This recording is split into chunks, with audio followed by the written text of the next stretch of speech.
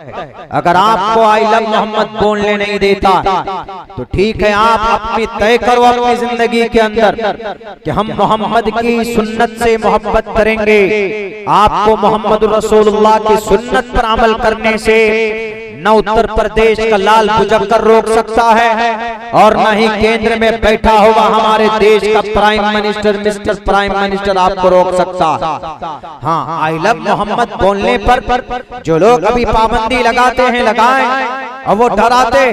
अभी 2 दिन पहले की बात है, यही बहादुरगंज की धरती पर एक जवान था, उसने आई लव मोहम्मद की तख्ती लगाकर वो अपना पीसफुल प्रोटेस्ट कर रहा था। वो जा रहा था, रास्ते में उसको एक पुलिस वाले ने पकड़ कर कहा कि तुम ये नहीं लगा सकते। उसको डराया और धमकाया कि तुम्हें जेल में डाल दिया जाएगा और तुम पता है तुम क्या करने के लिए तुम जा रहे हो, इससे या माहौल खराब होगा। हालांकि पीसफुल अमन,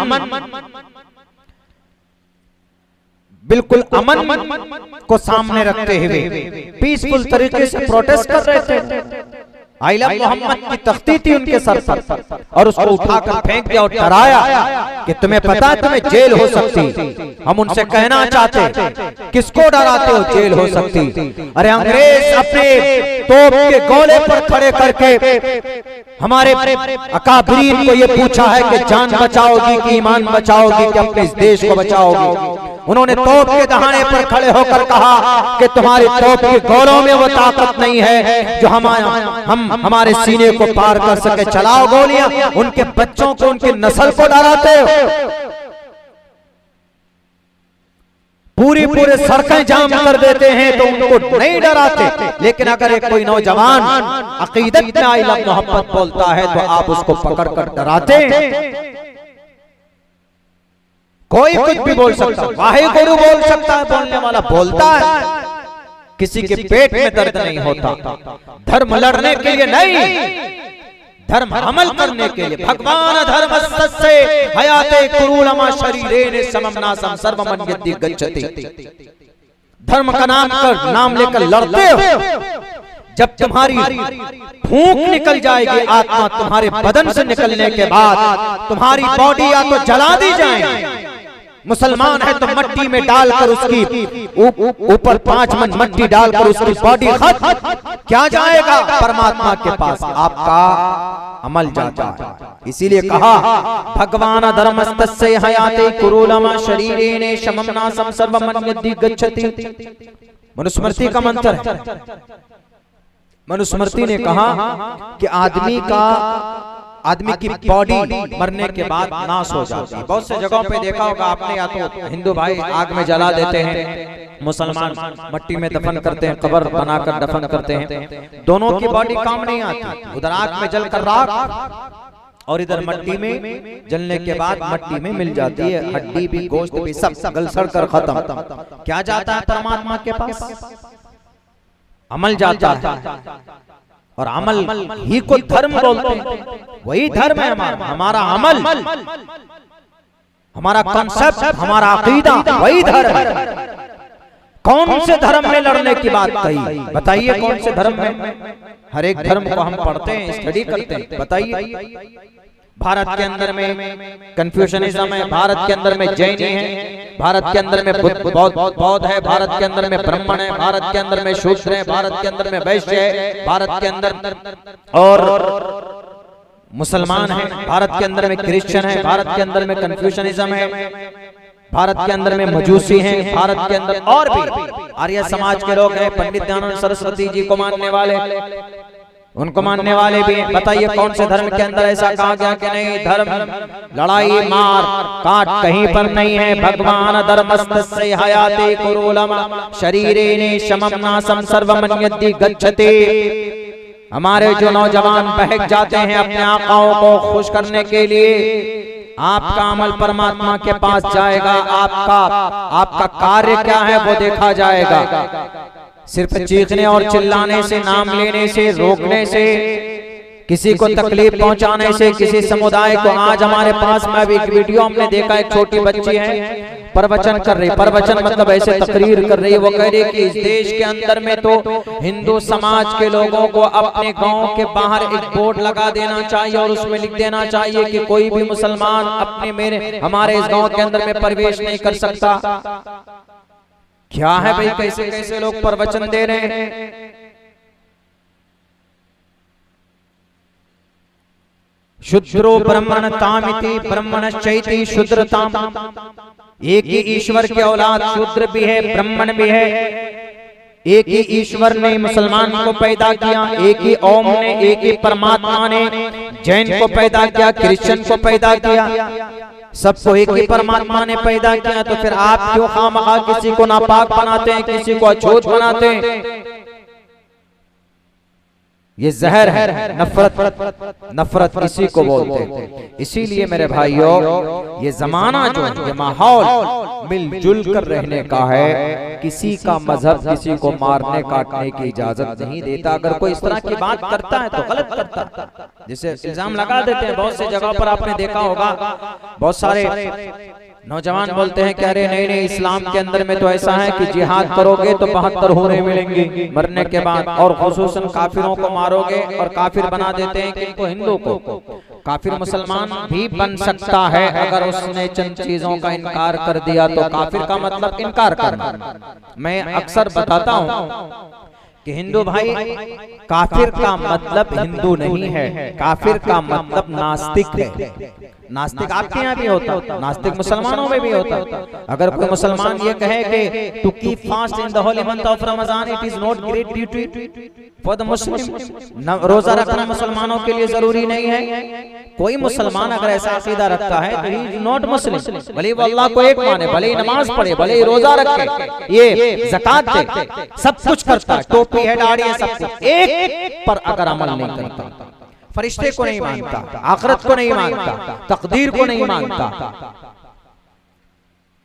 नबी और रसूल का इनकार कर देता है कि नहीं इतने नबी नहीं, इतने रसूल नहीं, सहीफों का इनकार कर देता है, काफिर बन जाए। काफिर मतलब नास्तिक बन जाए। काफिर का मतलब हिंदू नहीं कि हिंदू काफिर। जो भी ईश्वर के वहदानियत का और ईश्वानी का मुनकिर होगा, इनकार करने वाला होगा, उसको नास्तिक बोलेंगे। और उसी नास्तिक को अरबी में ट्रांसलेट कीजिए तो काफिर आता है। काफिर अरबी वर्ड, काफिर इनकार करने वाला, कफर यकफुर कुफरन अल्फाइल मिनहु काफिर, काफिर इनकार करने वाला। संस्कृत में नास्तिक, मानने वाले को आस्तिक बोलते हैं, इसी मानने वाले को मुसलमान बोलते हैं, इसी मानने वाले को मोमिन बोला जाता है। नॉलेज भी तो होना जरूरी, इसीलिए हम कहते हैं कि ज्यादा से ज्यादा बच्चों को तालीम दीजिए, तभी ये नफरत का बाजार खत्म हो सकता। एजुकेशन ही एक ऐसा हथियार है कि जिससे हम अपने, हमारे बीच में जो दरार पैदा हो गई, इससे हम छुटकारा पा सकते हैं। वरना ये कुछ लोग ऐसे हैं जो डुगडुगी बजाते हैं, आ जाते हैं, अरे देखो I love Mohammad, I love Mohammad बोल दिया, अरे आई लव मोहम्मद बोला तुम आई लव रामचंद्र जी बोलिए, आई लव श्री कृष्ण जी बोलिए, आई लव सीता मैया बोलिए, आई लव गणेशा जी बोलिए, आई लव कुछ भी बोल दीजिए, मना थोड़े, कोई भी बोल सकता। इसलिए नेल्सन मंडेला ने कहा था, साउथ अफ्रीका का गांधी, हमारे देश का गांधी मोहनदास करमचंद गांधी, महात्मा गांधी, महात्मा, महापुरुष नेल्सन मंडेला ने कहा था कि education is the most powerful weapon which you can use to change the world. दुनिया को बदलना है तो देयर इज नथिंग, कुछ भी नहीं, लेकिन सिर्फ तालीम, एजुकेशन एक ऐसा हथियार है कि पूरी दुनिया की तकदीर बदली जा सकती है। बदली है तकदीर, यहूदियों ने अपनी तकदीर दुनियावी सतह पर, हालांकि वो कभी इज्जत तो नहीं पा सकते, लेकिन दुनियावी सतह पर उन्होंने तकदीर बदली है। दुनियावी उलूम फनून के ऊपर उन्होंने महारत हासिल की है। और मदद कहां से ली? बगदाद लाइब्रेरी से। मदद कहां से ली? कुर्तबा की जामे मस्जिद से। मदद कहां से हासिल की? कुरान करीम की आयात। सारी चीजें उन्होंने हमसे ली हैं और हम जिनके पास पूंजी है, जिनके पास ये सारा भंडार है, ये सब कुछ, ऑक्सफोर्ड यूनिवर्सिटी को हम बहुत बड़ी यूनिवर्सिटी मानते हैं। सन 1400 ईस्वी के अंदर में ऑक्सफोर्ड यूनिवर्सिटी की बुनियाद डाली गई। उससे पहले अल्लाह के नबी के बाद खिलाफत उमवी व खिलाफत अब्बासी के अंदर में बगदाद में 70 लाख किताबें मौजूद थी। जब इन अंग्रेजों का वजूद नहीं था, इनके यूनिवर्सिटी का कोई अता पता नहीं था, लेकिन हमने पढ़ना छोड़ दिया। अखयार ने पढ़ कर आज पूरी दुनिया में कामयाब हो रहे हैं। और हम मुसलमान ये हैं कि सिर्फ खाने में पीने में नारेबाजी में रह गए। अल्लाह के नबी अलैहिस्सलाम की जिंदगी हम नहीं जानते, हमारे नौजवान भी नहीं जानते। हमारे बहुत से नौजवानों से पूछिए, जो नौजवान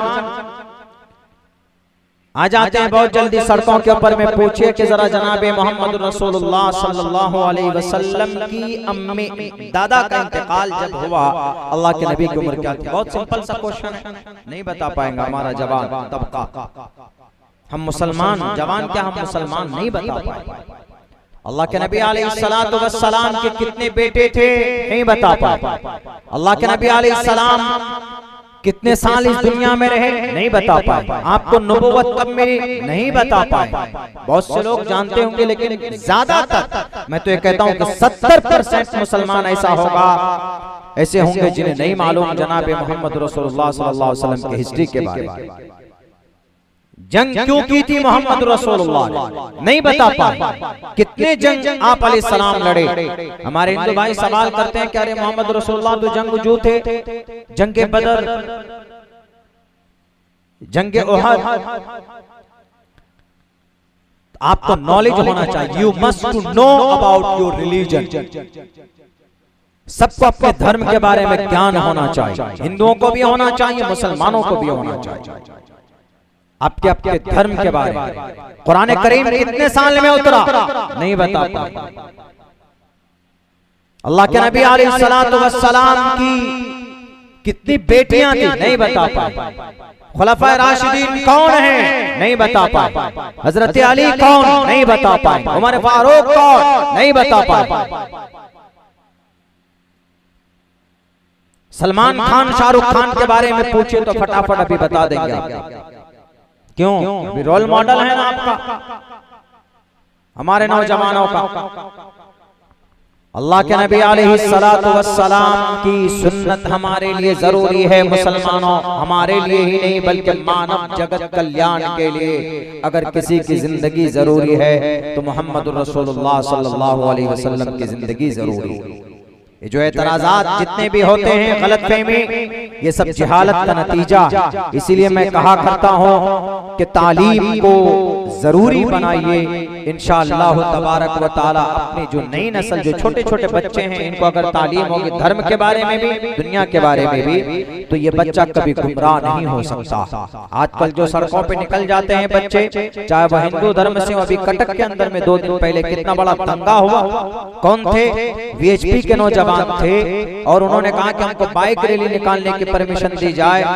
बाइक रैली निकालने की परमिशन दी गई, ये भी दुर्गा पूजा में विसर्जन के लिए। तो वो एक ऐसे रूट से लेकर गए जिस रूट को मना किया गया था, उस रूट से नहीं जाना है। वहां पर मस्जिद है, वहां पर दरगाह है, वहां पुलिस प्रशासन को इसका खतरा था, लेकिन वो उसी रूट से लेकर के गए। दंगा हुआ, कई सारे लोगों की दुकानें जली। किसका नुकसान हुआ, किसका फायदा हुआ? किसी का फायदा नहीं, लेकिन नुकसान सबका ही हुआ वहां पे। तो ये शऊर कब पैदा हो? जब पढ़ाएंगे आप अपने बच्चों को, जब आप अपने बच्चों को धर्म के बारे में भी बताएं, जब आप अपने बच्चों को बताएंगे दुनिया के बारे में भी। अगर कोई कहता है कि अरे नबी ने तो जंगें लड़ी हैं, मुसलमानों के अंदर तो जंग करना, क़िताल करना बहुत बड़ा पुण्य का काम है, गलत, बिल्कुल गलत। अल्लाह के नबी जंग लड़े, आप अलैहिस्सलातु वस्सलाम ग़ज़वात में गए, बज़ात खुद आप 27 जंग में गए, जिनमें से 9 में लड़ाई हुई, बाज़ाब्ता तलवार से लड़ाई हुई है। मैदान फील्ड के अंदर। लेकिन क्या हिंदू भाइयों, मोहम्मद रसूलुल्लाह ने 27 गज़वात लड़े। अरे आप महाभारत की लड़ाई देख लीजिए और जंगे बद्र देख लीजिए, आपको सिमिलरिटी मिलेगी। महाभारत कौरवों और पांडवों के बीच में हुई। किसको लेकर? प्रॉपर्टी को लेकर, जमीन को लेकर, जायदाद को लेकर। कौरव नाहक थे, पांडु हक पर थे। कौरव के तरफ से कौन थे? उनके खानदानी सारे लोग, सारे सोर्सेस और सारे फील्ड के, बैटल फील्ड के सारे असलहा मौजूद। और एक तरफ पांडु थे, 5 भाई थे। इनके साथ कौन? इनके साथ वक्त का, उस वक्त का श्री कृष्ण जी, जो 8वें अवतार थे। श्री विष्णु जी के 8वें अवतार श्री कृष्ण जी थे। लड़ाई हुई दोनों खानदानों के बीच में। कई महीने तक लड़ाई लड़ी गई, कई दिन तक लड़ाई लड़ी गई। हस्तिनापुर जो आज भी मौजूद है, पंजाब और पटियाले के इलाके में जाइए, आपको वहां पर कुरुक्षेत्र का मैदान मिलेगा, जिसका चर्चा गीता के पहले मंत्र में भी धर्म क्षेत्र कुरुक्षेत्र, पंजाब में है ये कुरुक्षेत्र। वो जगह आज भी उसी नाम से है। बाज लोगों ने लिखा है कि वहीं पर कुरुक्षेत्र के मैदान में महाभारत वजूद में आया था, वहीं पर लड़ाई लड़ी गई थी। तो दोनों खानदानों के बीच में लड़ाई लड़ी, बाज़ाब्ता लड़ाई हुई, तीर चलाए गए, तलवारें चली। श्री कृष्ण जी ने कहा कि मैं अपनों के खिलाफ नहीं लड़ सकता, बैठ गए। तब श्री अर्जुन बैठ गए। तब श्री कृष्ण जी ने आकर पीछे से कहा कि मैं तुम्हारे साथ, मैं तुम्हारा सारथी हूँ, मैं तुम्हारे गाड़ी के ऊपर बैठा हूँ, तुम्हारा ड्राइवर हूँ, तुम लड़ो, मुकाबला करो। इन्होंने कहा कि अपनों के सर पर कैसे तलवार चलाई जा सकती? उन्होंने कहा अपने नहीं है, ये राक्षस हैं, ये नास्तिक हैं, इनका खात्मा जरूरी है।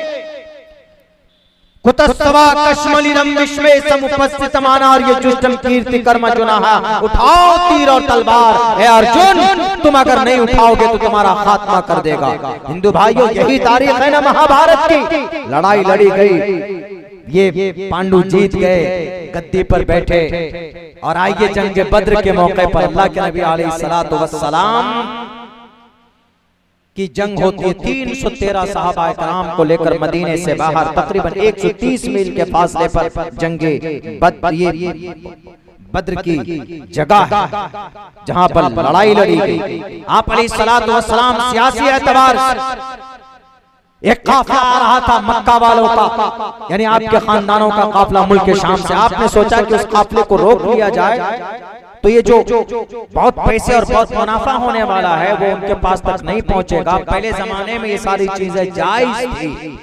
सियासी एतबार से काफिले को रोक दिया जाए तो ये लोग जंग नहीं करेंगे, हमें जो परेशान करते परेशान नहीं करेंगे। लेकिन इतने में काफिले वालों ने खबर भेज दी अपने मक्का वालों के पास में कि आइए बचाने के लिए, हमारी जान खतरे में है, हमें मोहम्मद के चाहने वाले और उनके लोगों ने रोक, हो सकता है कि हमें रोक ले बीच रास्ते में। तो उस वक्त का सबसे बड़ा मुतकब्बिर शख्स, इस उम्मत का फिरौन अबू जहल कहता है कि चलो 1000 लोगों को लेकर कम से कम 200 घोड़े और ऊंट लेकर, और शराब भी, शबाब भी और कबाब भी, सारी चीजें लेकर इतराता हुआ चला।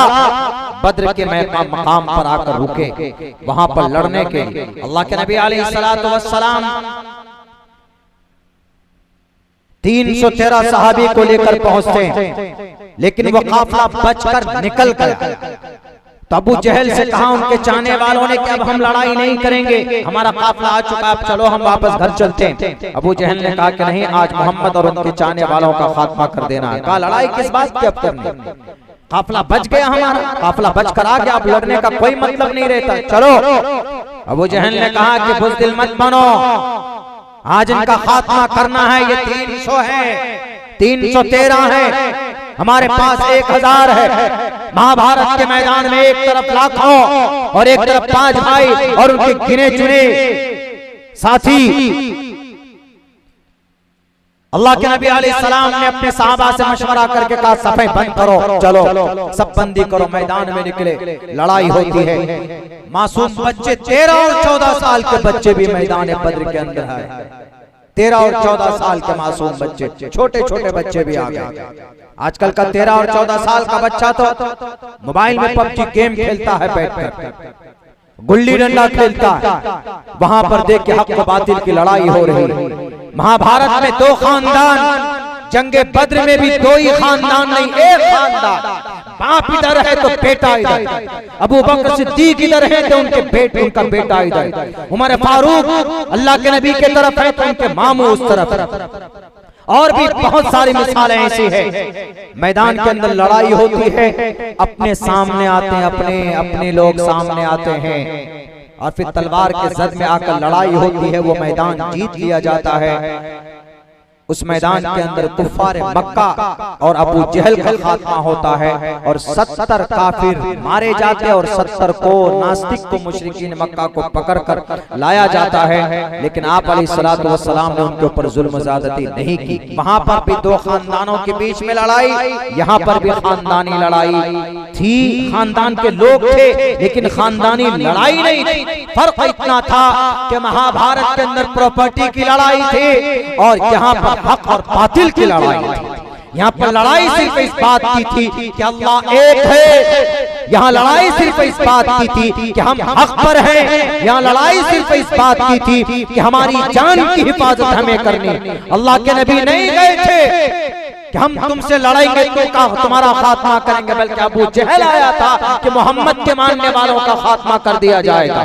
इसीलिए जिसके दिमाग में गोबर भरा हुआ है, जो लोग ये सोचते हैं कि मोहम्मद ने तलवार सिर्फ इसलिए उठाई कि मासूम लोगों के गर्दन पर तलवार रखता और कहता है कि कलमा पढ़ो, गलत है, गलत है, गलत, झूठ है। आप अलैहिस्सलाम ने किसी भी इंसान का एक कतरा खून नहीं बहाया। आप अलैहिस्सलाम ने माफ कर दिया अपने जानी दुश्मन को भी। कौन है? वैसी अल्लाह के नबी के चचा के जिस्म के टुकड़े करने वाला मोहम्मद रसूलुल्लाह ने उसको भी माफ कर दिया। फतेह मक्का के मौके पर अल्लाह के नबी के सहाबा ऐलान करते, अल-यौम यौमुल मलहमा। मलहमा का मतलब आज गोश्त का दिन, आज खून का दिन, आज बदले का दिन। अल्लाह के नबी ने कहा कि नहीं, अल-यौम यौमुल मरहमा, आज माफी का दिन, आज मग़फ़िरत, आज बख्शिश का दिन है। जाओ इज़हबू वअंतुम तुलक़ा ला तस्रीबा अलैकुमुल यौम। ये थे हमारे नबी जिन्होंने अपने जानी दुश्मनों को भी माफ किया, अपने दुश्मनों को भी सीने से गले से लगाया। और आज उस नबी के खिलाफ तौहीन आमेज़ कलिमात कहे जाते। बस मैं इतना ही कहूंगा, हमारे जितने भी हसास और फिक्रमंद लोग वो ये कि अगर हम अमल के एतबार से मजबूत बने तो इंशाअल्लाह तबारक व तआला आज भी वअंतुमुल आलौन का खिताब आप ही के लिए है। आज नामी मुसलमान बनने की जरूरत नहीं, कामी मुसलमान बनने की जरूरत है। यानी मुसलमान बनिए, अमल करने वाला मुसलमान बनिए। आज तो तकरीरें सुनी, हमसे पहले भी मुअज़्ज़ज़ हस्तियां आई, उन्होंने सूद के ऊपर भी तकरीर की। और दूसरी बुराई, सूद इतना खतरनाक वबाल है। आज जो ग्रुप लोन लेते हैं हमारी माएं बहन,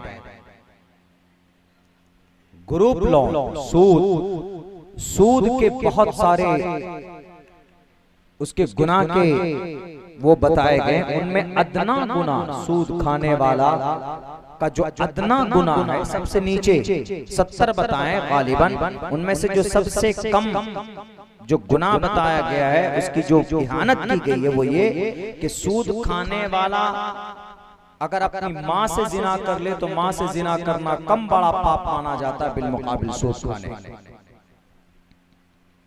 अल्लाह ने किसी भी गुनाह के ऊपर चैलेंज नहीं किया।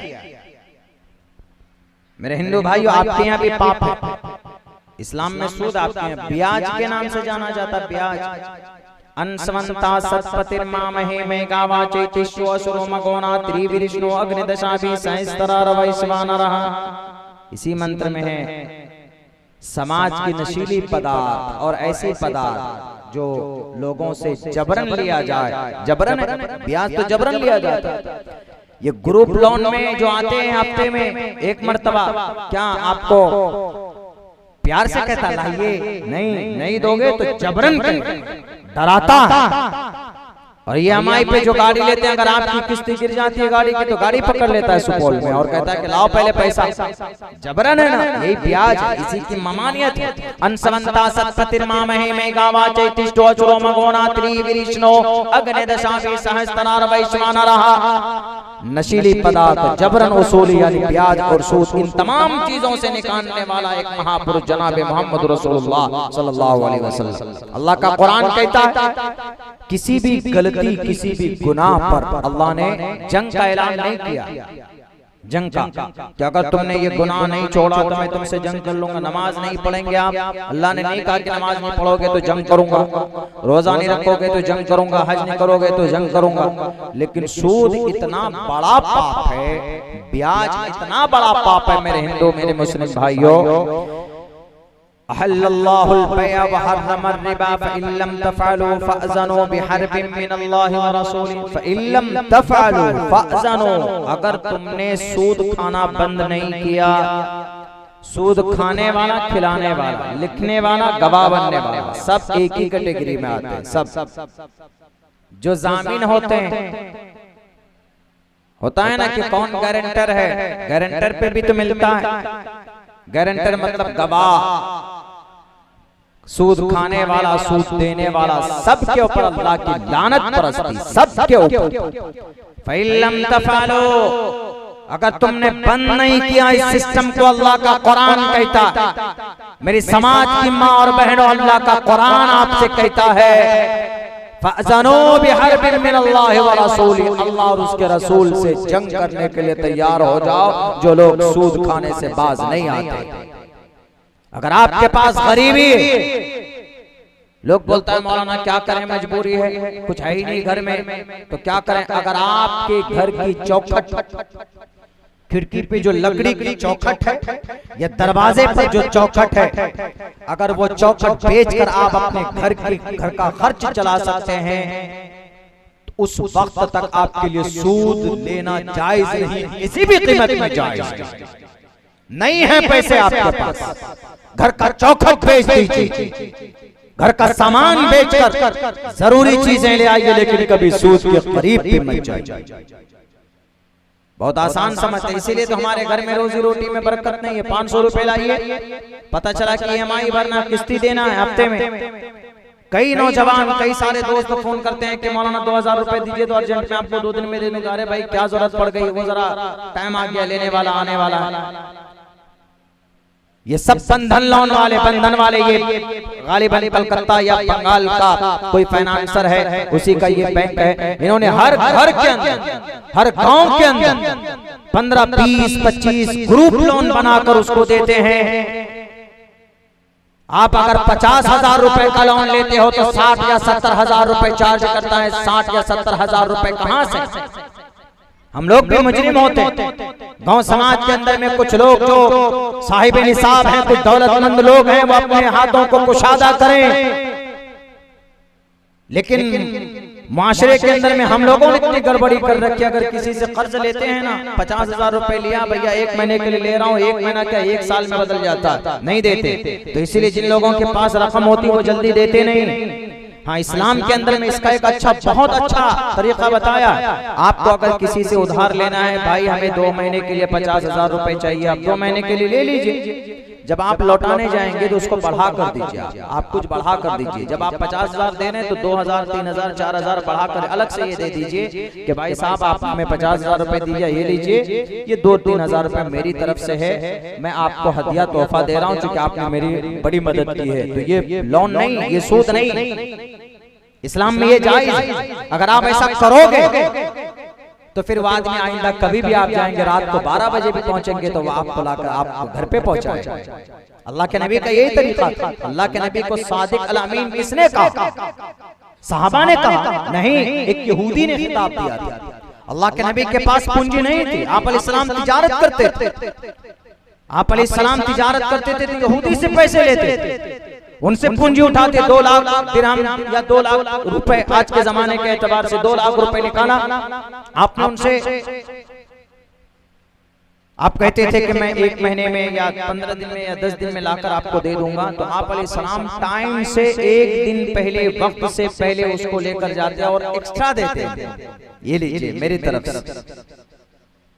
इसीलिए कहा as-सादिक अल-अमीन, यहूदी कहता, यहूदी, ये खिताब यहूदी का दिया हुआ है आप अलैहिस्सलाम को। ये चीजें जब खत्म हो सकती हैं जब दोनों तरफ से देने वाले भी हों, वापस करने वाले भी हों, ईमानदारी दयानतदारी के साथ नहीं होता है तो समाज का वो तबका जिनके पास दौलत होती है वो अपने हाथों को कुशादा नहीं करते हैं, फिर मजबूरन हमें आसानी के साथ अपने पेपर देकर लोन लेने पड़ते हैं। लोन लीजिए, 50,000 रुपए लेते हैं, 60,000 रुपए चुकाते हैं, तो जो 60,000 10,000 रुपए एक्स्ट्रा वो सूद है, सूद और नाजायज है और हराम है। इस्लाम में भी इसकी इजाजत नहीं है और हमारे हिंदू भाइयों आपके वेदों में भी ब्याज की इजाजत नहीं है, नापाक है, हराम है। यही चीजें बताने के लिए जनाब मोहम्मद रसूलुल्लाह सल्लल्लाहु अलैहि वसल्लम इस धरती पर आए थे और आप अलैहिस्सलाम की सीरत और उनके अतवार और उनके अफ़ाल को लोगों के बीच में लाने के बजाय लोग न सीरत की पहलू को जानने की कोशिश करते हैं, न नबी के अतवार और अखलाक और नबी की जीवनी को जानने की कोशिश करते हैं। 40 साल तक मोहम्मद रसूलुल्लाह की जिंदगी मत जिए, मत जानिए, कोई बात नहीं, लेकिन 40 साल के बाद की जो जिंदगी है आप अलैहिस्सलाम की, अगर आपको चाहिए सोशल वर्कर बनना चाहते हो तो नबी की 15 साल से लेकर 30 साल की जिंदगी पढ़ लीजिए। अगर आज समाज के अंदर में एक क़यादत, अगर समाज के अंदर में एक अच्छा लीडर बनना चाहते हो तो 20 साल से लेकर 40 साल की नबी की जिंदगी उठाकर पढ़ लीजिए। आप अलैहिस्सलातु वस्सलाम से बेहतर कोई कायद नहीं था। आप अलैहिस्सलातु वस्सलाम ने गरीबों के लिए भी आवाज बुलंद की थी। आप अलैहिस्सलातु वस्सलाम दुनिया के बेहतरीन ताजिर थे, बल्कि दूर से यमन से लोग आते, 2-2 3-3 दिन तक बाजार में रुकते, मक्का के दरो दीवार के इंतजार में रहते कि अल्लाह के ये मोहम्मद इब्ने अब्दुल्लाह का माल आए तो हम खरीदें। लोग पूछते थे कि किसके इंतजार में हो? मोहम्मद इब्ने अब्दुल्लाह जो कुछ बेचना चाहता, मैं उससे माल लेना चाहता हूँ। कहा कि क्यों? कहा कि मोहम्मद इब्ने अब्दुल्लाह का जो माल होता, हम जो उनसे ऊंट खरीदेंगे, उनके ऊंट के अंदर में कोई कमी नहीं होती। अगर कोई कमी होती है तो फौरन आगे बढ़कर बता देता है कि मेरे इस ऊंट के अंदर कमी। एक मर्तबा का वाकया है, आप अलैहिस्सलाम उस वक्त नबी नहीं बने थे, गालिबन 25 या 30 साल की उम्र रही होगी या 20 साल की उम्र रही होगी। 20 ऊंट लेकर आप मार्केट में पहुंचे, आपने अपने खादिम को खड़ा किया ऊंट के पास और आप अलैहिस्सलाम किसी काम से चले गए। उनमें से एक ऊंट लंगड़ा था। मोहम्मद रसूलुल्लाह ने कहा अपने खादिम से कि इस ऊंट की कीमत 50% कम रखना और ऊंटों के मुकाबले में। उनके खादिम ने सामने वाला जो यमन से कोई बेचने वाला खरीदने वाला था, उसने कहा कि ये किसका माल है, किसके ऊंट? उन्होंने कहा कि मोहम्मद इब्ने अब्दुल्लाह का है। कहा कि कीमत क्या है? कहा 1 लाख रुपए। उस वक्त दीनार और दिरहम चलते थे, लेकिन आज के जमाने के एतबार से मैं समझाने के लिए बोल रहा। तो उन्होंने कहा 1 लाख रुपए। जो लंगड़ा था उसकी कीमत 50,000 रुपए होनी चाहिए, तो उसने सबका 1 लाख रुपए दिया और लेकर चले गए। ऊंट के उस झुंड में वो जो लंगड़ा ऊंट था वो भी चला गया। आप अलैहिस्सलाम आए, आकर के पूछा कि आपने ऊंट बेचा? कहा कि टोटल बेच दिया। कहा कीमत? कहा कि 20 लाख। कहा कि नहीं, 19.5 लाख होना चाहिए, एक तो लंगड़ा था उसमें से। आप अलैहिस्सलाम ने कहा अपने खादिम को तुमने ये गलती क्यों की? उन्होंने कहा कि अल्लाह के मोहम्मद इब्ने अब्दुल्लाह मैं भूल गया था, वो आदमी यमन से आया था और फिर चलिए वो फला रास्ते से गया है, उनसे जाकर मिलते। अल्लाह के नबी ने कहा कि फौरन चलो। आप अलैहिस्सलाम गए, उनको कुछ दूर जाने के बाद उनसे मुलाकात हुई। उन्होंने कहा कि भाई रुकिए, आप जो ये ऊंट लेकर जा रहे हैं इनमें से एक ऊंट ऐसा है जो यमन तक नहीं पहुंच सकता, उसकी टांग टूटी हुई, वो लंगड़ा ऊंट है। उन्होंने कहा कि टांग टूटी भी चलेगा, हम लेकर चले जाएंगे, लेकिन हम तो मोहम्मद इब्ने अब्दुल्लाह का ऊंट खरीदने के लिए आए थे, हमें अगर 2-3 दिन और रुकना पड़ता तो हम रुकते। कहा कि क्यों, क्या वजह थी? तुम तो 2 दिन पहले भी जा सकते थे। इतना इंतजार और इतनी शिद्दत के साथ मोहम्मद इब्ने अब्दुल्लाह से माल खरीदेंगे। यहूदी से जो यमन से यहूदी आए थे उन्होंने कहा कि मोहम्मद इब्ने अब्दुल्लाह ही के माल खरीदने के लिए मुझे मेरे मालिक ने कहा है, मैं पिछले 3 दिन से इस शहर के अंदर हूँ, इसलिए लंगड़ा है, चलेगा। कहा कि क्यों, वजह क्या? कहा कि मोहम्मद इब्ने अब्दुल्लाह का माल खरा होता है, डुप्लीकेट नहीं होता, ईमानदारी होती। ये देखिए ताजिर बने तो आप अलैहिस्सलातु वस्सलाम इतने बड़े ताजिर की तिजारत की वजह से आजकल लोग तिजारत करता, बेईमानी भी करता। आज के लोग जो सबसे ज्यादा खराब माल होगा उसी के अंदर लेवल लगाकर सबसे पहले उसको आगे रखते हैं, उसको फरोख्त करने की कोशिश करते हैं। आजकल का जमाना गया ईमानदारी दयानतदारी का। आप ईमानदारी दयानतदारी का रास्ता अपनाओ, इंशाअल्लाह आपके रोजी रोटी के अंदर में अल्लाह तबारक व तआला बरकत देगा। तो इसीलिए मैं कहा करता हूँ कि आप अलैहिस्सलाम की पूरी जीवनी बचपन से लेकर जवानी तक, जवानी से लेकर 40 साल की उम्र तक, 40 साल की उम्र से लेकर उनसे पहले आप उनके बाद नबूवत वाली जिंदगी मोहम्मद रसूलुल्लाह सल्लल्लाहु अलैहि वसल्लम की आपकी आखिर वक्त तक जब आप इस दुनिया से वफात करके चले गए, हर जिंदगी के हर पहलू के ऊपर में एक मिसाल है। इसीलिए अगर आज कोई मुसलमान चाहता है कि मोहम्मद रसूलुल्लाह का सच्चा आशिक बने, सच्चा महबूब बनाए मोहम्मद रसूलुल्लाह को, तो अमल जरूरी है, सुन्नत के मुताबिक जिंदगी गुजारना जरूरी है। सिर्फ चीखने और चिल्लाने से, नारेबाजी से मेरे ख्याल से कोई फायदा नहीं होने वाला है। मेरे भाइयों, वक्त बहुत हो चुका है, 2:30 बज चुका है। मुझे अगर कुछ देर और पहले बिठाते तो मजा भी कुछ और आता, लेकिन बहरकैफ जो भी बातें कही गई है इन वक्तों के, इन मकबूलियत की घड़ी में, तो ये कबूलियत की घड़ी है, बातें कबूल होती हैं। आप ये इरादा रखें कि जो भी बातें हमें सुनाई गई है कुरान और हदीस की रोशनी में, इंशाअल्लाह उसको मुकम्मल तौर पर हम लोग अमल करने की कोशिश करेंगे। अगर आप अमल करेंगे तो ही ये जलसा आपका कामयाब, वरना फिर कोई फायदा नहीं। सबसे पहली चीज कोशिश कीजिए अपने गांव से ये समूह लोन जो चल रहा है इसको खत्म कीजिए। आप लोग अपने गांव से, देहात से 500 रुपए भी कमाएंगे तो महीने के अंदर में 15,000 रुपए जमा कर सकते हैं आप, और 15,000 रुपए काफी आपके घर के खर्च के लिए। 15,000 रुपए जमा करेंगे एक महीने में। अगर मजदूर भी है, मजदूरी करेगा तो 500 रुपए कंटिन्यू 30 दिन अगर जमा करेगा वो तो 15,000, 10,000 रुपए खर्च कीजिए, 5,000 रुपए बचाइए, सेविंग कीजिए ऐसे वक्त में।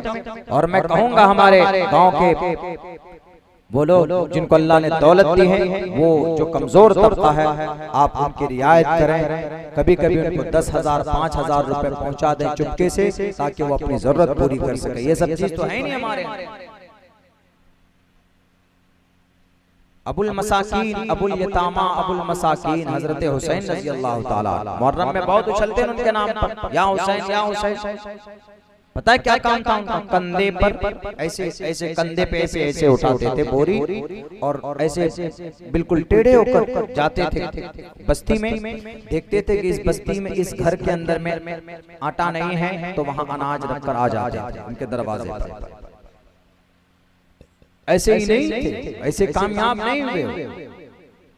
मोबाइल में बैठ जाते हैं एकदम 2-2, 3-3 घंटा मोबाइल में, सोशल मीडिया में, फेसबुक पे। कोई आपका खैर खा नहीं, कोई खैर खा नहीं। जो लोग कौम की बात करते हैं, समाज की बात करते हैं, वो ज्यादा लुटेरे हो सकते हैं। सुन लीजिएगा, बहुत वास्ता पड़ा मुझे ऐसे लोगों से भी, और ऐसे फील्ड में रहता हूँ। इसीलिए आप अपने गांव के अंदर में एक अच्छा माहौल कायम कर सकते हैं। मेरी समाज की माएं बहनें, आप लोग इस बीमारी से, इस दलदल से निकलिए, वरना अगर आप एक दिन में 1,000 रुपए भी कमा कर आपका शौहर लाएगा, उसके अंदर बरकत नहीं हो सकती। अल्लाह तबारक व तआला से हम दुआ करते हैं कि अल्लाह सुब्हानहू व तआला हम तमाम मुसलमानों को कहने सुनने से ज्यादा मुकम्मल तौर पर अमल की तौफीक अता फरमाए, और अपने बच्चों को पढ़ाइए। आपका बच्चा अगर उनके ऊपर पढ़ाई के ऊपर में कुछ पैसा खर्चा करते हैं तो इंशाअल्लाह आने वाले वक्त में उस बच्चे की जिंदगी, उसका मुस्तकबिल रोशन होगा, और मरने के बाद आपके लिए निजात का जरिया बनेगा। बस मैं इन्हीं चंद बातों के साथ अपनी बात मुकम्मल करना चाहता हूँ। मैं थोड़ा बहुत ज्यादा मसरूफ हूँ अपने इलाके में, क्योंकि अभी मैं भी कोशिश कर रहा हूँ अपने इलाके में अपने असम्बली हल्के में उम्मीदवारी दर्ज कराना चाहता हूँ, अपने समाज के लिए लड़ना चाहता हूँ वहाँ पे, तो मैं बहुत ज़्यादा डिस्टर्ब भी हूँ। लेकिन नौजवान ने बहुत ये मुझे इकरार किया कि आपको आना है। मैं प्रोग्राम में जा नहीं रहा हूँ बिल्कुल तकरीबन 1 महीने से, लेकिन ये कि हमने कहा कि चलो करीब है और तहफ़्फ़ुज़े नामों से रिसालत के ऊपर प्रोग्राम है, तो रिसालत पर जो प्रोग्राम हो वो यकीनन कामयाब होता है। और आज का प्रोग्राम आपका कामयाब हुआ।